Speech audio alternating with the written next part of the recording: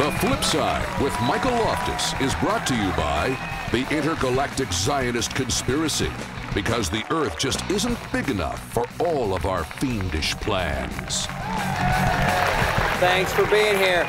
All right, next up on the flip side, we've got Daniel Garza. He's a conservative activist, former journalist. He's also worked for President George W. Bush.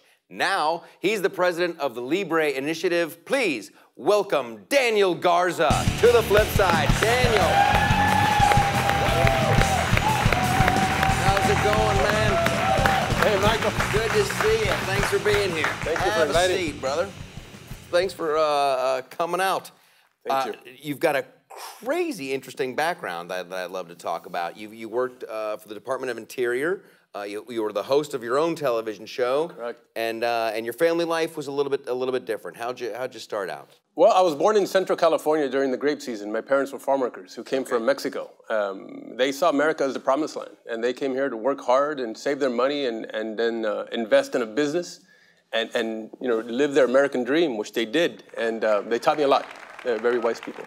Wow, that's fantastic. Yeah. So you are doing it. You're living the American dream. Living the American dream. Because that had to have been tough, man. It was tough because of the migrant life that we led, and then living in Mexico 3 months out of the year, I missed a lot of school. Yeah. And in fact, I didn't finish school. I was a high school dropout after the 10th grade because missing so much school. And it was a second chance that I got through a GED that I was able to get back on track. My parents' business had then taken off by then. I was able to go off to college, become a police officer. I ran for city council and I won. And then went to work for a congressman. Identified myself as a Republican because of the values that my parents taught me. You understand how much your life sounds like a movie, right?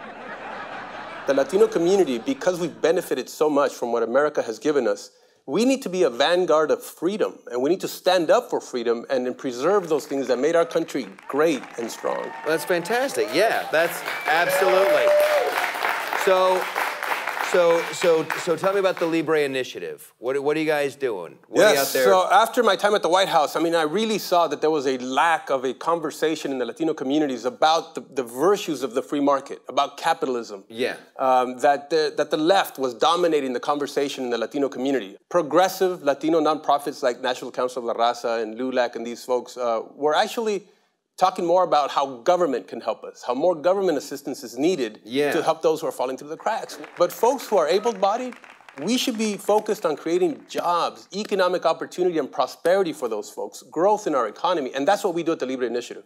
So we wanted to drive a different conversation about self-reliance, personal responsibility, about hard work. And so we're now in 8 states. We're 40 full-time staff across the country. We have over 3,000 volunteers that work with us. So we work with media, both English and Spanish language, to get our message out. We're having a cultural conversation and a policy-driven conversation. You need both. We're launching a GED online course that I'm very excited about, obviously being a beneficiary. Yeah, that's got to be something that... People need a second chance. 40% of Hispanic adults do not have a high school diploma. Wow. So we can be talking about the free markets all day long, but if you don't give them the tools to access the market, to position themselves better in the market, well, we're spinning our wheels. So we want to be agents of change. And then lastly, grassroots mobilization. We need an army of folks out there driving the message, canvassing people, knocking on doors, telling them why they need to vote and that they need to be considering what candidate is advancing policy that is friendly to economic freedom principles.